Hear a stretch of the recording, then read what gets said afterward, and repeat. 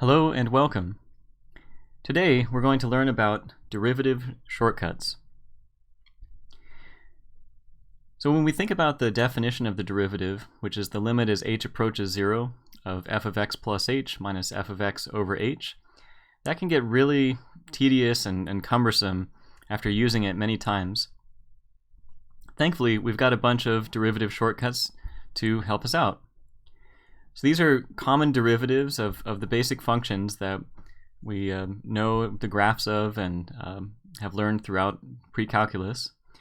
And so we're going to learn how to take derivatives of all of these basic functions with these shortcuts.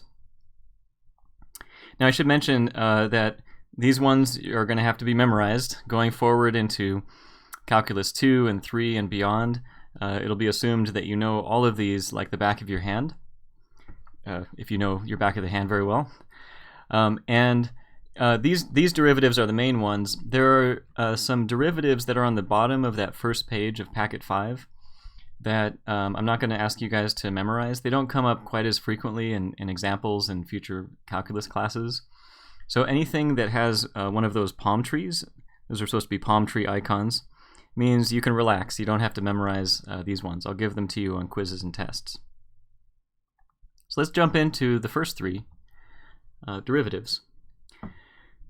What I mentioned at the outset here is that d over dx, remember that means the derivative of c here in this case with respect to x. So this means the derivative of c with respect to x. Over here, the derivative of cx with respect to x. Now before we may have written it like this, f of x equals c, and then f prime of x equals 0. But this is just a shorter way of writing that. All right, so the first one is the derivative of c is equal to 0. Here c is a constant. And if you have a constant function, the way to remember this, I think is best thinking about the graph. If you have a constant function, c, the graph of that is just a horizontal line. And remember that the derivative means the slope of the tangent line of this function. But the slope of the tangent line is the same thing as the slope of this line right here. The tangent line is exactly the same thing as this line, and those have slope 0. So the derivative of a constant will always be 0. You can just think of that picture right there.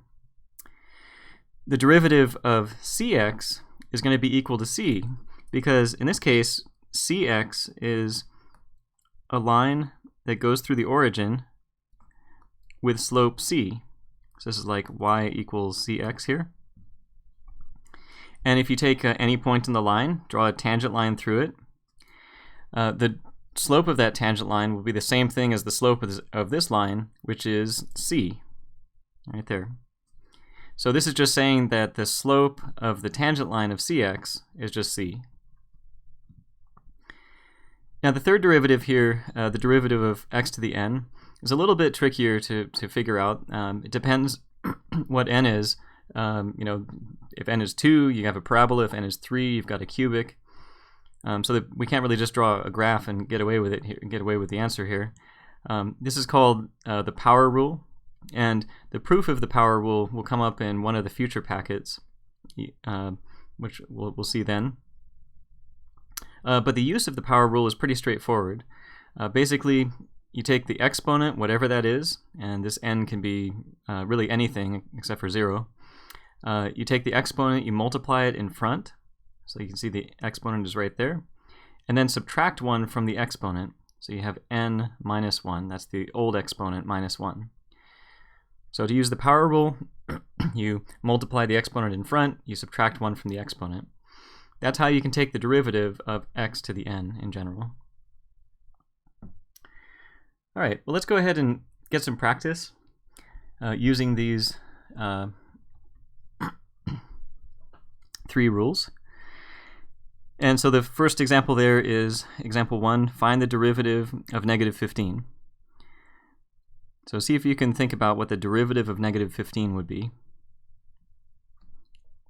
All right, if you said 0, then you're correct. the derivative of a constant is going to be 0, no matter what that constant is. How about the next derivative? What do you think that one would be? If you said 11, then you're correct.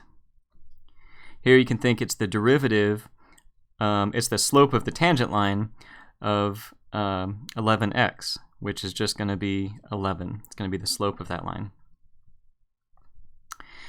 Now the next one, we have x to the power of 3. So this is like that third derivative shortcut that we looked at. So think about what the derivative of x to the third might look like. So if you said 3x squared, then that would be right. And just to draw a little note off to the side here, the way we got the square, the 2, is taking the old exponent and subtracting 1. So using the power rule is pretty straightforward. You just multiply the exponent in front and subtract 1 from the exponent. I should also mention that this d dx you can think of as an action that's happening on the x to the third. Just like when you take the limit of, as x approaches 2, for example, you keep writing it until you've actually taken that action on the thing that's inside of it. Same thing with the derivative. I mean, the derivative, after all, is a limit by definition. Try to think about the next one, the derivative of 1 over x. How could we rewrite 1 over x so that we can use one of the rules that we just learned? Well, if you said rewrite it as x to the negative 1, then that's the correct first step to using one of those 3 rules, that third rule. This is in the form x to the n now, where n is equal to negative 1. So now what we can do to take the derivative is multiply the negative 1 in front. So you have negative 1 times, and then x to the subtract 1 from the exponent. Negative 1 minus 1 gives you negative 2. So here we took negative 1, subtracted 1, and you get negative 2. And now we can just spend a moment to try to clean this up. The negative 1 can be on top. The negative exponent can move that x to the negative 2 down to the bottom of the fraction as an x squared. And then we can box our answer. All right, try to get the next derivative. See if you can figure out what that one would be. So if you said pi plus e times x to the pi plus e minus 1, then that is correct. By the way, you can always pause to give yourself more time to think about it. Probably should have mentioned that before. Oh well. So, right, pi plus e is just a constant. That is your n right there. That's in x to the n. That's your n, is pi plus e. So you take that whole n right there, that pi plus e, multiply it to the front, and then subtract 1 from the exponent. That's using that third property, the power rule. Remember, pi is just a number like 3.14 and so on. E is just a number like 2.71828. If you add them together, you just get some other number. So it's just a number, just a constant. How about the next one? If you take the derivative of square root of x, how can you maybe rewrite the square root of x so that we could use one of our derivative shortcuts? If you said rewrite it as x to the half, oops,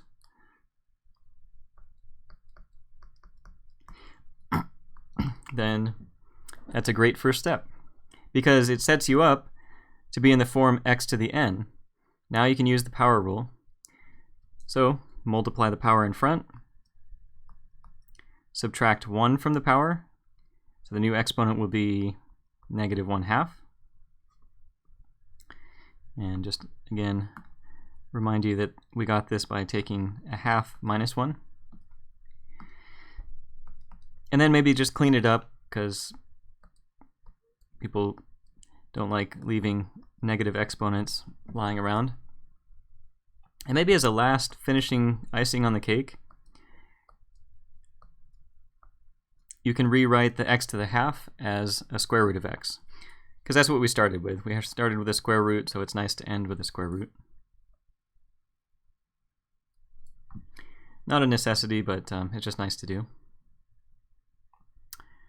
Okay, so I'm going to end this part, and we'll continue on in the next part, if I can stop the recording. Thanks for watching, and see you in the next part.